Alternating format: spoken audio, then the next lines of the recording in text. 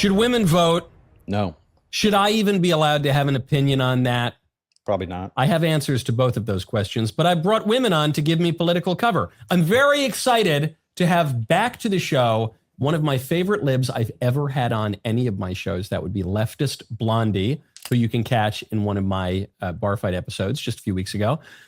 Returning once again, Melanie Mack. Leftist Blondie will not debate me. I've already offered. Along with Emily Saves America. This is a nice reunion and an introduction to the show. Priya Patel, a conservative commentator. I'm going to tell a little tale out of school before we do. She's going to be the hero from this one, I'm assuming, because I have seen some of hers. I think I did an interview with her and Pierce Morgan where Pierce tried to shit on her. She's got some base takes. Delve into the question, ladies. I've wanted to have this debate for a while because I found I was doing public events and people were asking me seriously if we should work to campaign to repeal the 19th Amendment. I said, it doesn't seem totally realistic. I don't know. But they kept bringing it up, and it wasn't just a bomb throwing kind of thing. They were very serious about it. Yes, we're very serious about it. So I said, okay, well, let me see. Let's have a panel about it. Let's get some libs and some conservatives, people who support women voting, people who oppose women voting. I couldn't find a conservative woman who supported women's suffrage. The number of women who were conservative in the year of our Lord 2026 who actually think women should vote is vanishingly small. That's a good thing. So I said, man, the culture really shifts real fast, doesn't it? Could we just go around the horn real quick, in maybe in order of introduction, leftist Blondie, Melanie, Emily, and Priya?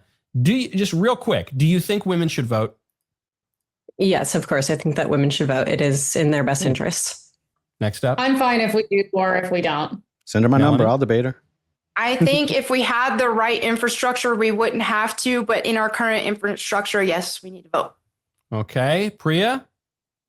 I think it would be a near impossible move for our country to make. But I mean, women's suffrage goes against essentially what the founders established in our country. So, see, this is what I'm saying. So I get this was the most diverse panel I could assemble. And you've got two conservatives who say, now women probably shouldn't vote, or maybe I don't really care, whatever. One woman says definitely shouldn't vote. And then we have leftist Blondie out there who says, yes, it's in their interest. So without revealing my perspective on this just yet, leftist Blondie, you're the odd man out, odd lady out.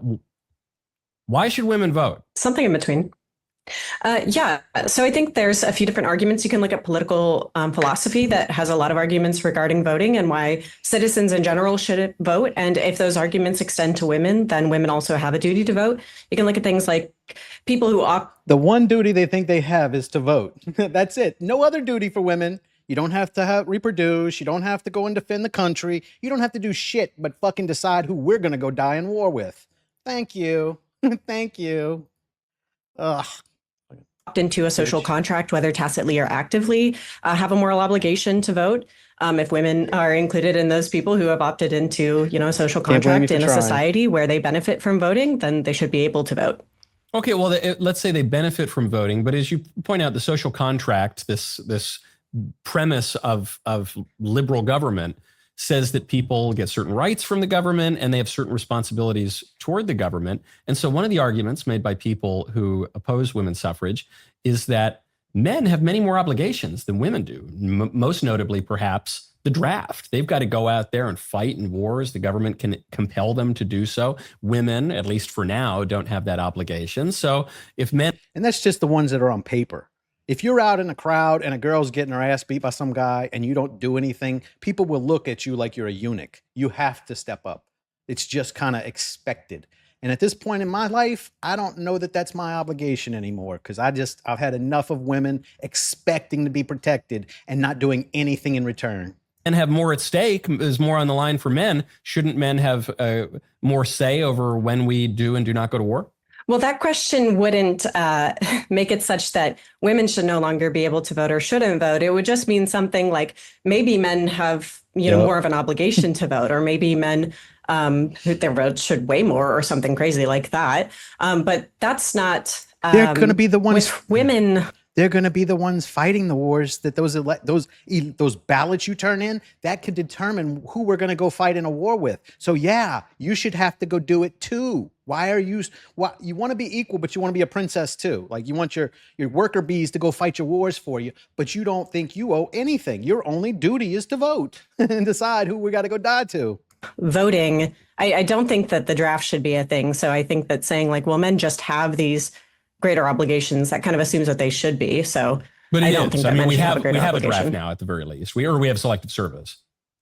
Well, presumably we're not here to talk about like what currently exists. We're here to talk about like what people should Yeah, let's not talk about the things that make my argument look retarded. do. No, but I guess your point is, so right now, year of our Lord, 2026, where a ton of conservative women now are anti-women's suffrage, you say that we're all in this social contract together and that's why women should vote. And I'm just pointing out right now, men have certain obligations that women don't have. And so doesn't that contradict your argument? No, it doesn't actually contradict my argument. In fact, there's other supplemental arguments that could motivate women to voting.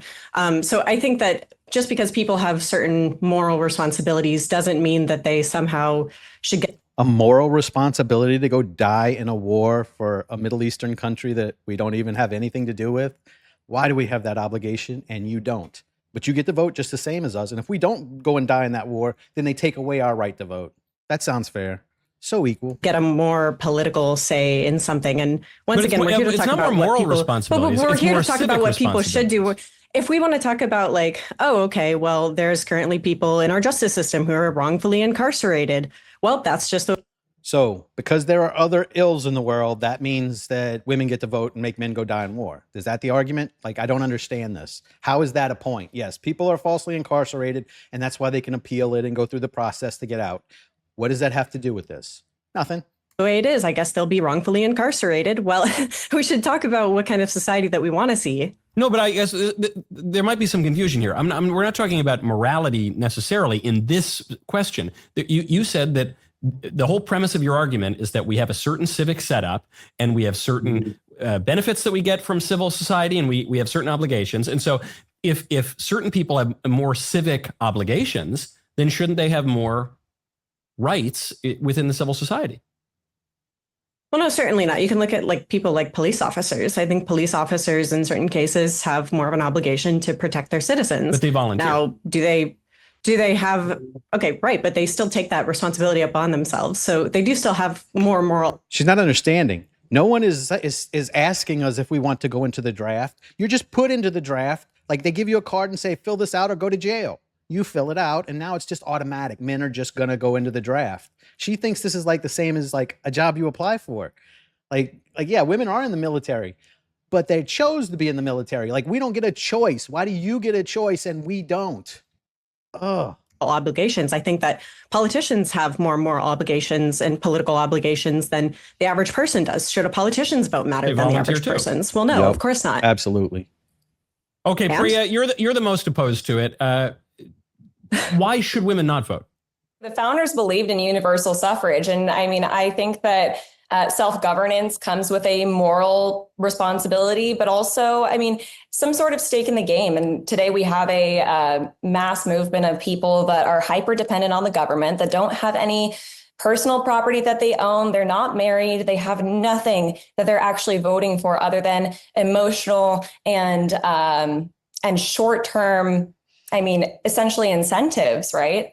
And brainwashing. Of course, that ties into the 19th Amendment, but it's not necessarily an argument to take away women's rights altogether.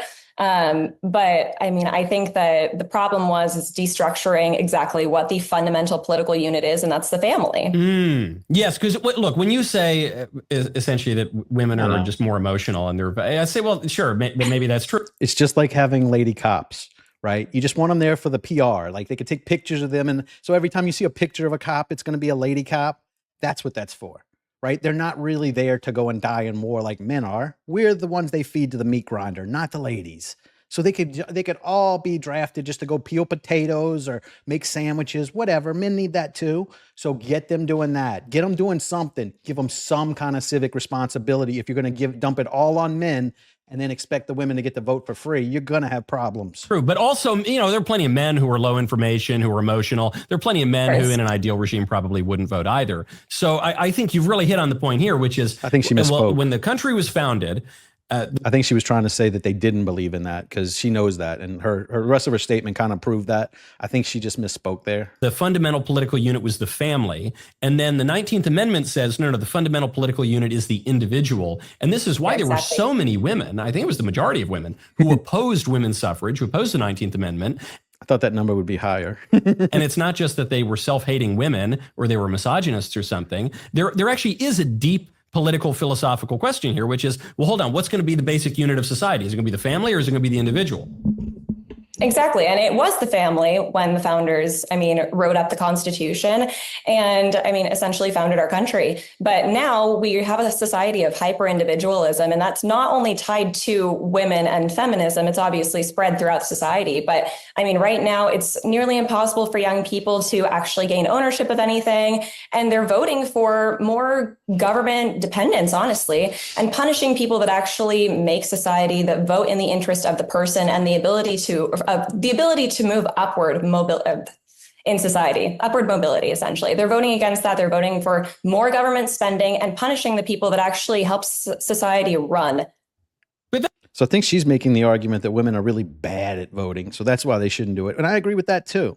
But the bigger issue for me is just the hypocrisy of it all. You get to vote on a war you're not going to go fight in? Fuck you. That's not just a woman thing. There are male libs. They're one of the most odious groups in the world. And so that, specifically, like if you could wave a magic wand right now, would you repeal the 19th Amendment? Yes. I would. I think it would be better for the country overall. And I would gladly give up my right to vote for the betterment of the nation. But do I think that that's a realistic thing that would happen today? No, but I think that we could go back to something in terms of, I don't know exactly how you'd structure this, but something of a single family vote. But there'd have to be some sort of stipulation because, of course, the individuals that are unmarried and don't own property would vastly outnumber those that are married. But we'd have to structure it somehow to where maybe you're married or you're a property owner or you're a business owner, because I think that's the only way that we get back to a society that's actually voting for the betterment of the people. And I would agree with that. Like you could give women the right to vote if they're married, but they have to have 3 kids first, right? That's how we fix the population numbers. You can vote after you have 3 kids and no government assistance for any of them. If you can do that, yeah, then you get to vote. There, how's that? that's how you earn self-governance, I think, at the end of the day. People who have a stake in society. Emily, you said you don't care. You don't care. You're being so flippant about your right to vote that your feminist, I can't say your feminist ancestors because a lot of the feminists didn't have kids, but like your great aunt, you know, was marching for her with the suffragettes, and you're just spitting in her face and that aunt died with cats. Saying you don't care that she won you the sacred right to vote. How dare you? Michael still believes that it was a bunch of women who got the right to vote, like that it was the women who did that and not the globalists. Yeah, I mean, a lot of men helped out as well. And maybe she wasn't doing that. Maybe she was sitting at home and she was very happy and she didn't want to go work because it sucks. And I've never met a woman that really wants to go to work. When they put it on ballots, the women voted against voting rights. They did not want it because they kind of just figured, hey, we're going to have to go get drafted and do fire service and all this other stuff that comes along with voting. And then they just said, let's let you get away with none of that. You just go do nothing. Go be a princess and we'll go die for you. I feel like it's kind of like we have to treat women now almost like children. It's like we gave them too much. Now we need to reel it back in a bit. You kind of have to teach them a lesson the hard way. And I don't understand. People are voting and they have no stake in the game. They're voting for more government. They want more free handouts. And then women really just vote, I mean, especially on the left, just for abortion. That's the only thing they care about. They want the right to kill innocent babies. And so I'm like, I don't know, maybe we gave you guys too much and maybe we need to just reel it back a little bit. Yeah, is that going to happen? No, it would. Leftist Blondie, are you a child who only cares about slaughtering infants? And do we need, do we need to teach you a lesson, Leftist Blondie, per Emily? Well, if we want to talk about unjust slaughtering in the United States, I think we should address factory farming first. So I'm more considerate about that type of issue. If we're talking about lives Yeah, let's worry about the dead chickens, not the dead humans that are going to go die in Iran. unjustly being taken. So we can go into that kind of thing if you really want to. But I don't think that the abortion, of course, there's a fundamental disagreement that the taking of the fetus's life before sentience is unjust. So I think there would need to be an argument given for that. Killing the chickens, you would say. I was going to say, is there no, I agree. animal? No, you're right. Yeah, no, killing a fetus that's not sentient is less unjust than killing an animal that is sentient and can feel pain and desires to live. So yeah. Do you hear how crazy that is? A chicken has more rights than a baby. I think it's a pretty moral grave wrong. But there's going to be pretty severe I'm disagreement starting on that. to go into one camp on the 19th Amendment now. That answer is pushing me much this further. Is the problem. I'm getting radical. She's showing you why women shouldn't vote. We want to take away their rights. But also now they came out with plants have the feelings that can feel pain. So technically, if you eat vegetables, kind of evil that's as well. just incorrect. Well, if plants have feelings and plants can feel pain, then you should eat vegan because then you're eating less plants. But anyways, so to address what Michael said, if you're not eating plants, I know this is getting a little far afield, but if you're not eating plants and you're not eating meat, are you eating rocks? Well, certainly you're eating organic matter, I think. Isn't that how eating works?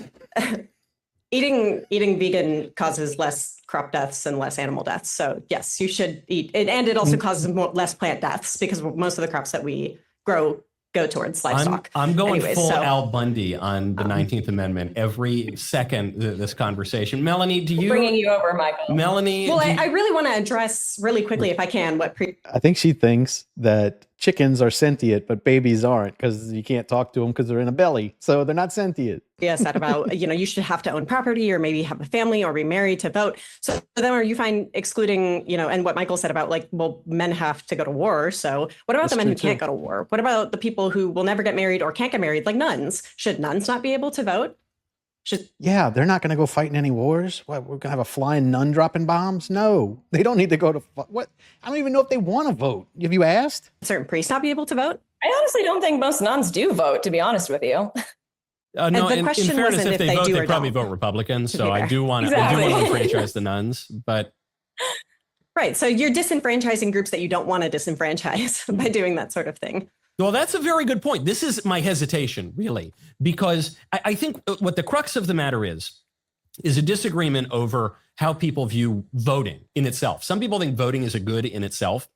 Like when Puff Daddy 25 years ago, before the freak offs and all that, before the prison, when he would just go out and he'd say, vote or die. Like, I'll shoot you if you He didn't want to say before all the butt sex. don't vote. Doesn't matter who you vote for. You just got to vote. And I thought, well, I don't know. Voting in itself doesn't mean anything at all. You go, you pull a ballot. These days, you like type a number on a computer. And so but that doesn't matter.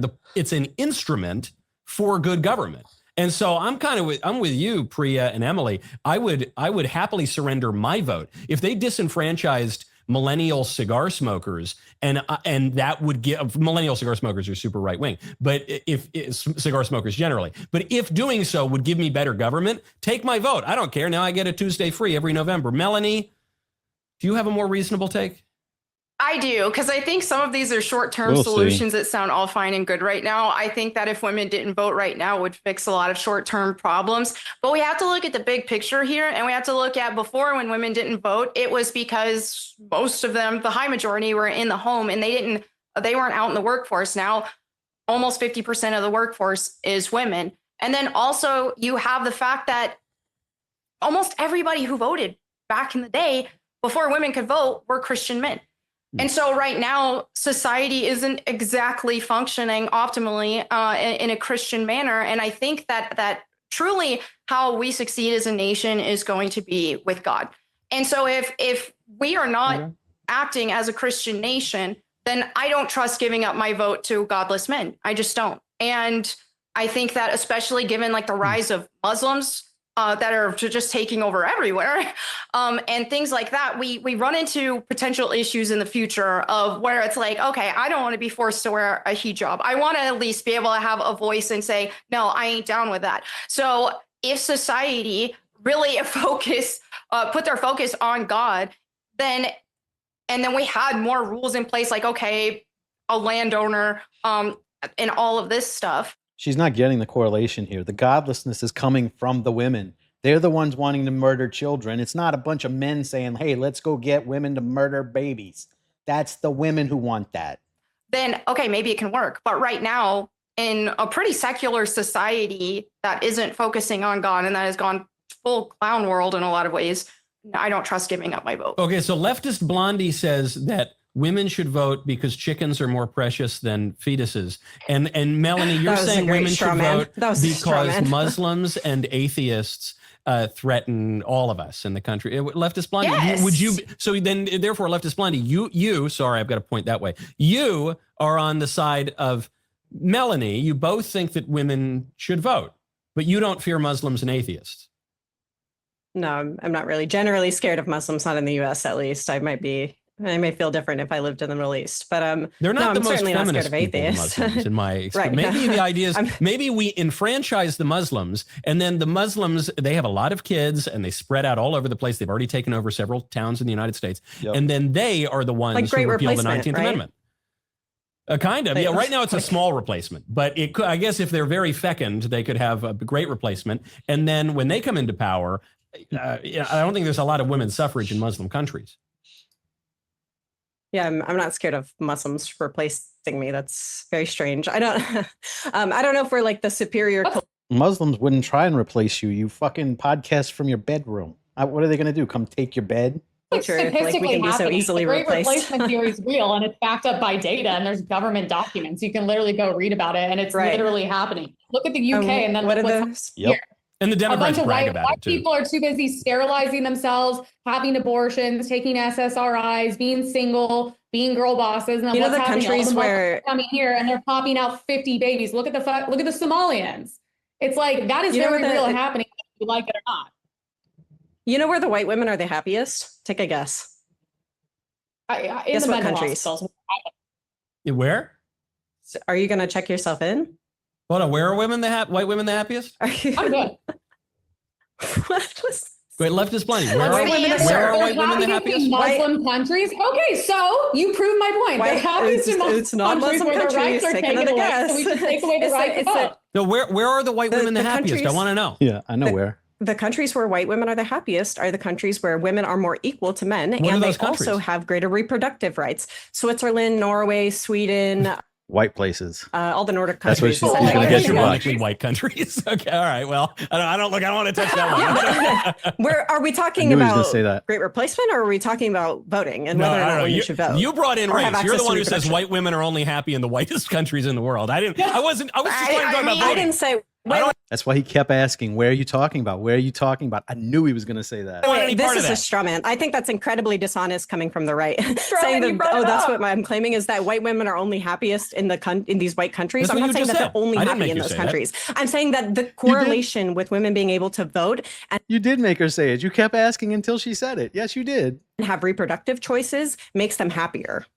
And that's backed up by data. That's actually women can vote in a lot of countries. You're the one who said they're only happy in the white country. Raping them like they are in Islamic country. Do you think that I think that women in Afghanistan are happy?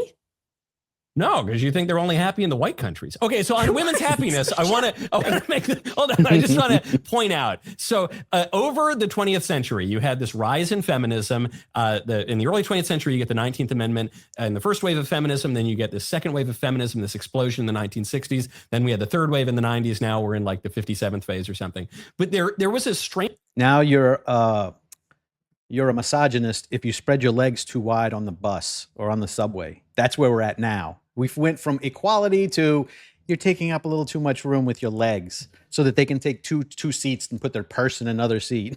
Strange study, apropos of our conversation about women voting and whether these supposed rights have actually made them better off. There was a study that came out of Yale, I think it was 2008.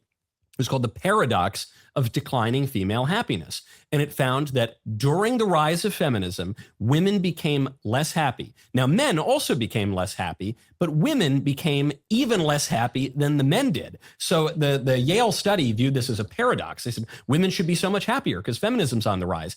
Yes, women love having bills and having to go to work and answer to some boss guy. They love that.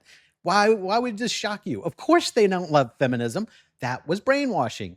What woman would say, hey, I want to leave my comfy house with the air conditioning and go sit in some temperature controlled room with other people where they tell me what to do? No woman would want that. That was brainwashing. And now they're single and they work in the widget factory for Mr. McGillicuddy and they vote and they sleep around and they can kill their kids and it should be so great. But then it turned out they got really unhappy during exactly that period of time. So wouldn't that be an argument against the various feminist policies, potentially all the way up to including suffrage? Well, there's a problem here with correlation and causation, and I'm sure you understand that as a college graduate yourself. Yeah, it doesn't correlate that, hey, people don't like to be bossed around all day. That makes you less happy. That's the exact, it is the correlation. It's not, oh my God. It is a causation. That is why people don't like to be bossed around, and it makes you less happy to have to suck that up and answer to a boss. And worry about bills. Not only like something just existing at the same time doesn't mean that thing causes the other thing. It doesn't mean it, but it does raise your eyebrows. Summer. It doesn't mean it. It doesn't mean it doesn't. Okay. Well, then take this example and raise your eyebrows at this. Ice cream sales go up in the summer, so does violent crime. Is ice cream sales correlated now with violent crime? Of course not. These things are separate. No, but I guess the distinction between this comparison of violent crime and ice cream and the point that I'm making is that we're studying, on the one hand, additional political licenses and rights given to women and new social opportunities given to women and how women are feeling about their state in life. So those two things are intrinsically related, whereas violent crime and ice cream have nothing to do with each other. Intrinsically related? Yeah. What women do and how women feel are intrinsically related. All you're doing is begging the question. What? I'm not begging the question. I'm making an observation that is true. That habit you are and assuming that is true true when that's what's in dispute. You're assuming that that's true when that's what's in dispute. I'm not just assuming that. I'm explaining why those two things are related. The things that I do during my day are directly related to the way that I feel, whereas an ice cream cone and a murder are very likely not related at all. You could get an ice cream cone and then go commit a murder. What the are you talking about? Ice cream does not make people commit murder. That's my case. I don't want to be guilty of... And I disagree that feminism causes people to be unhappy. Women so make to be the case that okay, that's the Melanie, case. What do you think? I feel like she was just going on about how, women in countries where they can have abortions are happier. And I feel like this is an argument from the protests, that the protests would pick up in the summer. They always say that because people don't like to protest in the cold. Like they want to go out when it's nice and warm. You take the shirt off and act crazy. People do protest more in the summer, so that they are more violent because it's hot and they can get away with it. That's inaccurate as well. It's not the abortions that are making these women happier. Women who have abortions, most of them experience trauma and it messes them up. So this is a whole psyop to make women vote for something that actually hurts them and that benefits men who can sleep with women without committing to them and without marrying them or taking care of them. So all it is, it just benefits men. I mean, that's just it benefits women. Let's men use women for their bodies. That's all it's about. And especially if you look at the history of abortion and all of that kind of stuff, like a lot of it was because men wanted to be able to sleep with women. And then they somehow were able to manipulate women into thinking that it's good for women to abort their babies because these men don't have to take responsibility for sleeping with women and using their bodies. Fact check, true. That's totally look, we can paint abortion out to be this thing that traumatizes every single woman and that no woman should ever do because some women experience trauma out of it. But 95% of women think that the abortion after the fact was the right decision for themselves. But that number is different from abortion regret. It's true. You're right that a very high number of women who have abortions go on to say, I stand by my decision. I think it was the right decision. But a very large number, I think they also die in a house with cats. That's a phenomenon that is on the rise. It's in the 60s, but I don't know the exact statistic. Do say they experience some form of regret or trauma or difficulty. So those two things can be true at once. You can say, I found this very traumatic, but it was still the right decision. That's how the statistics kind of lie about it. Regardless, though, to Melanie's point, what she's saying is, look, women have voted for all these things. Women got the right to vote. They voted for all these things like abortion. These things have made them unhappy at a personal level. And I mean, unless you're unwilling to say that any social phenomena can have a causative relationship, I think we would have to say that probably there's a little bit of causation there. And so therefore you'd say, what's the good of voting? What's the good? If it's made even the people it was intended to help unhappy, what's the point? What good did you get out of it? You got to pull a lever in a voting booth? This is still classic question begging. I don't agree to the conclusion, and you're assuming the conclusion. Let's step back, because I'm not begging the question, but You are. is it the case that women have become less happy over the last 60 years? Yes, but that's not sufficiently explained by feminism. Why have they become less happy? We actually talked about this already. I think it's social and wealth inequality. Why are they less happy? And the rise than of men? hyper-individualism. Why have they become even less happy than men? Men just don't care why about have men wealth become inequality? unhappy? That's a more The good news is a lot of those guys don't care anymore. They just gave up on women because they're so awful. important question That's to the look at is reality. why have men also become more unhappy? But that's not the question. Is it also I'm asking. feminism? Why? That's not the question I'm asking. Is it also feminism? Why have the women in particular become unhappy? Coincidentally, exactly over the period of the rise of feminism. Why do envy you Well, reject there's- my answer, which is that it probably has there's- something to do with feminism? So what's your answer? Why would feminism disproportionately make women unhappy? Because if it's feminism a false is this type of liberation. I'll answer your question. Because it's a false anthropology that makes mistakes about human nature, and it tells women that the only way for them to flourish is to pretend to be like men with whom they are indiscernible. So it says that men and women are identical and indiscernible rather than what they actually are, which is complementary. And so by telling women to behave exactly as men, you are acting contrary to nature, and because of that, women will flourish less and be less fulfilled. And I'm going to give you guys, you younger guys who maybe don't understand this yet, because I'm older and I'm trying to date my own demographic. If you tell women to act and behave like men for long enough, they start to look like men. And that's what the dating pool looks like now. I'm fucking seeing women who look more like men than my dad looked. Like, it's just disgusting. Like, that's also going to cause some issues with the dating, like, you know, maybe not reproducing, but it is going to be an issue when you get older. I bet you can do something like look at modern feminist philosophers and ask them if they truly think that there's zero differences between men and women, which we've already also talked about. I don't think that there's zero differences between men and women, nor do I think men are women. So I think then that the you rights doing this that thing men where you have cherry don't pick necessarily certain need to feminists pertain and to then you women. go cherry pick certain feminists and then you go, oh, well, it's part of a core thing about feminist philosophy that you must think that men and women are the same. And then this is the thing that causes women to be somehow more depressed or more unhappy than men are. Well, wouldn't that also work the same way and apply also to men? If you acknowledge that men and women are different, then why would you both get the same response? Why would you both get to go vote, even though you're not going to go defend it and he is?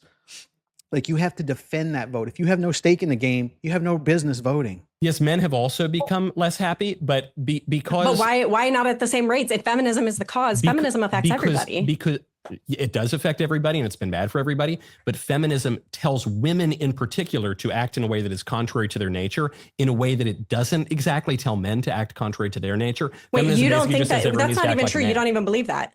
You don't even believe that. I do. You believe really it. think that, because I hear this from you conservatives all the time, that you think that feminism is the thing that caused the feminization of men over the last 50 years. You don't believe that?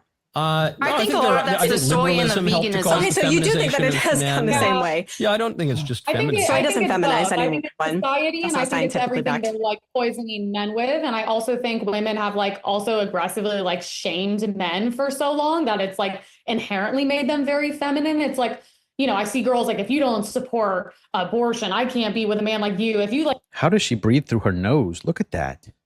It looks like AI. open a door, if you hit on me, if you ask me out, you're like creepy. And then they're like going on dates and it didn't go well and they put out, then they feel bad after. Now all of a sudden the guy's a rapist. So I think it's like a mix of all those things. It's not good for either. But also, can we just use like common sense as someone who was on the left and is now probably as far right as you can go? Do I enjoy work? Does it fulfill me?